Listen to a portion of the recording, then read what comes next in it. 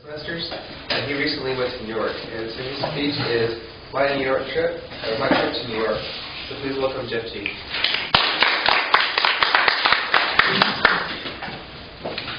Thank you, Kevin, Toastmaster. Do you remember some of the winter holidays that you had, and you end up doing nothing but just staying at home and freezing and sleeping all day? I know I did, because I did it so many times. Except for last winter, because last winter I had quite a good trip because I went to New York. And that was actually the first time that I went to New York. And what I did was I took a plane to Baltimore because it's cheaper, and then drove down there from there to New York. And what I found, the first lesson that I found was that the roads to New York are very, very confusing. And there are so many toll roads. And on the way there, I remember that I was passing a couple of toll booths that looks like a toll booth here, except that there's no basket or any people that take some money. So I was like, they don't want my money, they just have toll booths. So I just kept driving. And then, not that I know until I found the next toll booth where there's this guy that asked for my money and the toll ticket stub. And I was like, what ticket stub? And he said, well, you're supposed to get a ticket stub on the previous toll booth.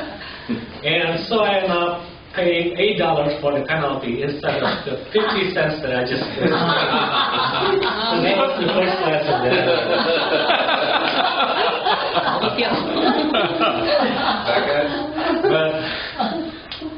But that's not the only thing that I learned from New York, because there are so many good things about New York. Well, first I want to talk about the food.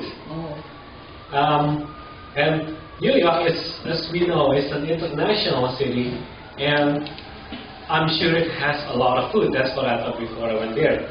But I'm from Houston. Houston is an international city, and we are the capital of the food of the South.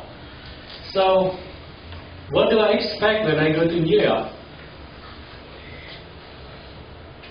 Well, I don't have to worry too much, because right after I get to New York, I found there's a lot of different cuisines that I can try over there that I cannot or not yet find over here, such as Cambodian food, Ukrainian food, and Tibetan food, Russian food, and my favorite of all is Burmese food. And they are so delicious because they are sort of like a combination between Indian food and Thai food, as you can see on the geographical location, with some Chinese twist. So it's really interesting. Like that food on the top is called mogoki pork, and on the left it's called artisan with lentil, and the right is called Mandalay fried prawn. Very delicious, and if you go, you should try. But other than some of the ethnic food, I also tried when I was passing down the 57th Street in Manhattan. It's famous for a lot of health restaurants lining up in that street, such as this one. But the one that I went is actually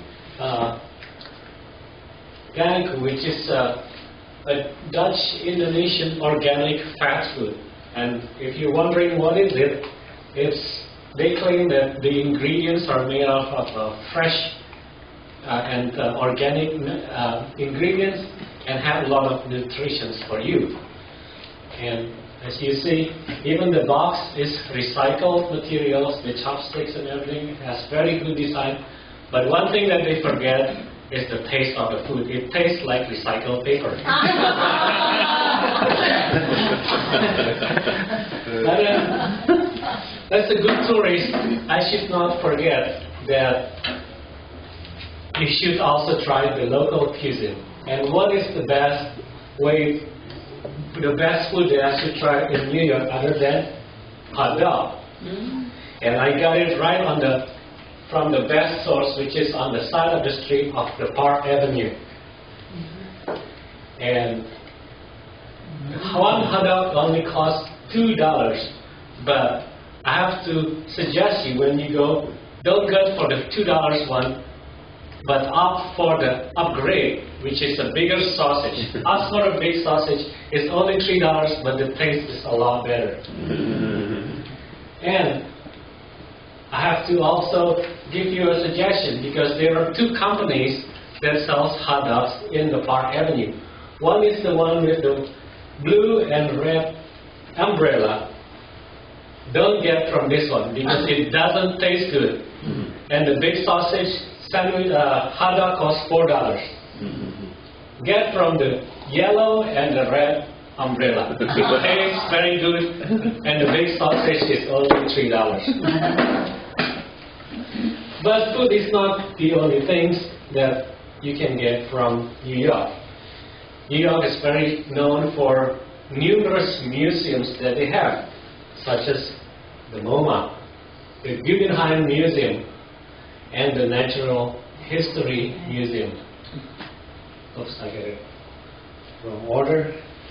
And as a museum buff myself, so I have to visit some of these museums.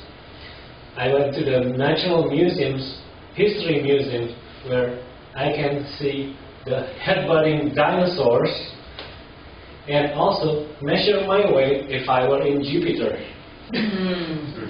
And also I went to some of the art museums, where, of course, some of the most famous paintings, such as that Campbell Soup painting by Andy Warhol. But also I found some interesting art installation exhibitions that you don't only see art, but you become art yourself. Like those are actually visitors that just sitting around and watching TV. Or this one, where you go and watch big movies on the wall and just sleep around. And those are the art pieces.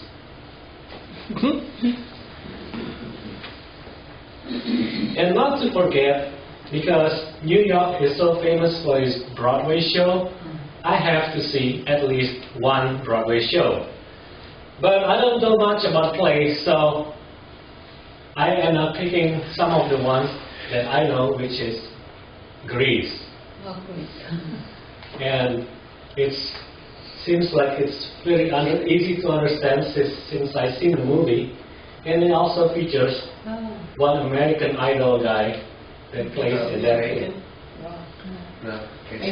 film. Asia. Yeah. And the play turns out to be very fun, very catchy songs that they sing, and it's very expensive. $104 to watch this about 1.5 long show. Well, after that show, I realized that if you go to this booth, TKTS in the Times Square, and you line up there, you can help get up to 50% off of the same day ticket.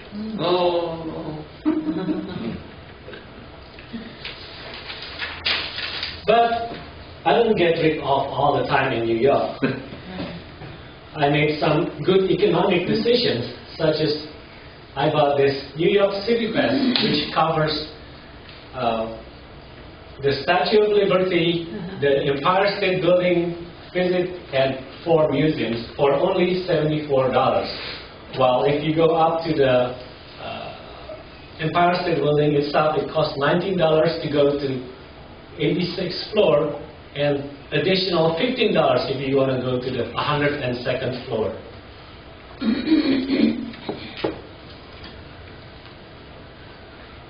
And also, the subway, I get a good deal on that, because one trip of subway in New York costs $2, but I get this special 1-week pass which costs $25 for unlimited rides, so I can travel to any single corner of New York without paying any extra money.